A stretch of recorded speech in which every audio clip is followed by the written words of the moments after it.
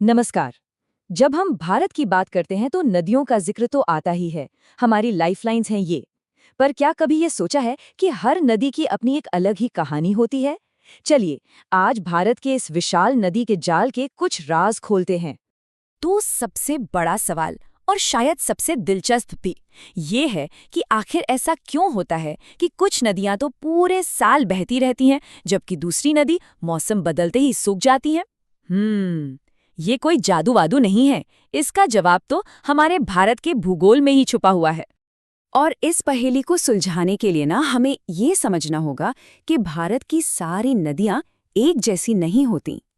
असल में हम इन्हें मोटे तौर पर 4 अलग-अलग ग्रुप्स में बांट सकते हैं।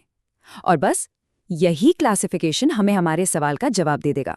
हाँ, पूरे 4 ग्रुप्स, और हर ग्रुप की अपनी एक अलग पर्सनैलिटी है जो इस बात से तय होती है कि वो नदी निकलती कहाँ से है, मतलब उसका सोर्स क्या है। तो चले एक-एक करके सबको समझते हैं। तो सबसे पहले मैदान में उतरते हैं दो सबसे बड़े प्लेयर्स। एक तरफ है वो नदियां जो हिमालय की गोद से निकलती हैं और दूसरी तरफ वो जो दक्षिण भारत के पठार यानी पेनिनसुलर इंडिया से आती हैं। और यकीन मानिए, इन दोनों में जमीन आसमान का फर्क है। और मजे की बात तो ये है कि हमारे सवाल का असली जवाब ही यहीं छिपा है। तो जवाब बिल्कुल सामने है।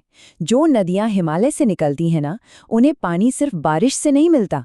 उन्हें तो साल भर पिघलने वाले ग्लेशियर और बर्फ से भी पानी मिलता रहता है। इसीलिए वो बारहमासी हैं, हमेशा बहती हैं। और दूसरी तरफ हैं पेनिनसुला की नदियां, जो पूरी तरह से मानसून पर डिपेंडेंट हैं। मतलब बारिश हुई तो नदी में जान आ गई, बारिश खत्म तो पानी भी कम। बस इतना सिंपल, लेकिन यही सबसे बड़ा फर्क है।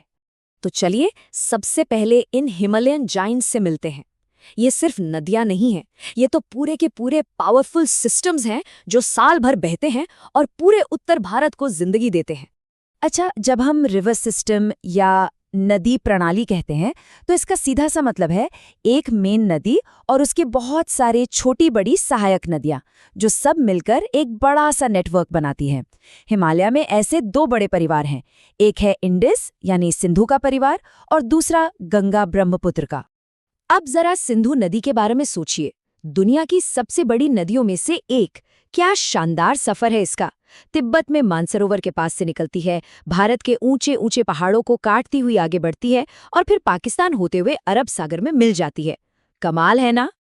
और अगर सिंधु नदी एक जायंट है तो गंगा ब्रह्मपुत्र सिस्टम तो एक पूरा एम्पायर है। सच में ये कोई एक नदी नहीं है, ये तो सैकड़ों नदियों का एक बहुत बड़ा परिवार है जो एक साथ बहता है। इसके साइज का अंदाजा लगाना है।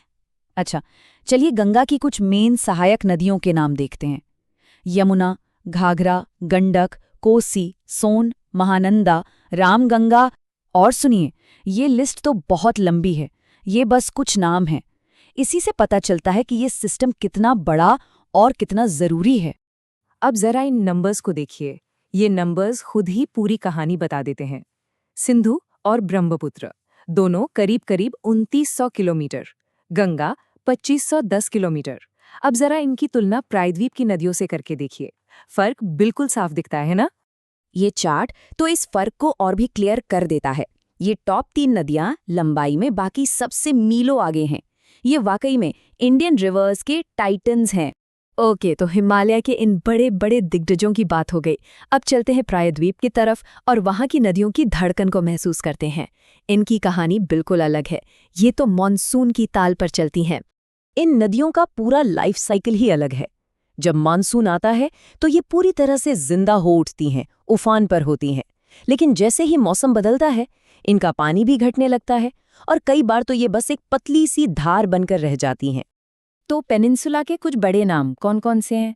गोदावरी, कृष्णा, महानदी, कावेरी। ये सब पूर्व की तरफ मतलब ईस्ट की तरफ बहकर बे ऑफ बंगाल में गिरती हैं।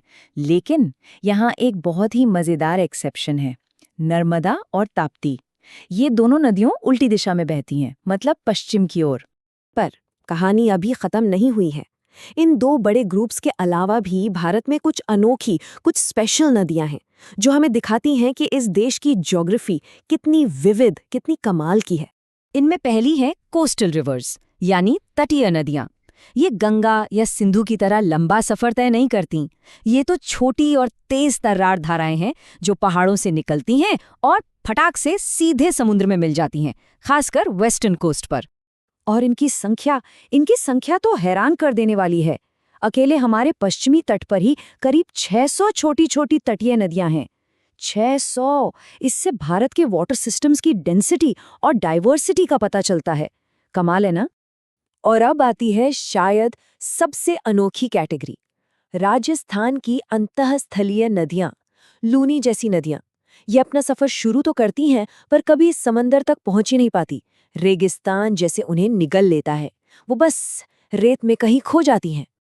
तो कुल मिलाकर हम कह सकते हैं कि भारत में 4 अलग-अलग तरह की रिवर पर्सनालिटीज हैं। पहले, हिमालय के वो विशालकाय जो हमेशा बहते हैं। दूसरे, वो जो मानसून की धुन पर नाचते हैं, यानी प्रायद्वीप की नदियां। तीसरे, तट की छोटी और फुर्तीली धाराएं। और चौथे, रेगिस्तान में गुम हो जाने वाली रहस्यमयी नदियां। तो इसका मतलब क्या हुआ?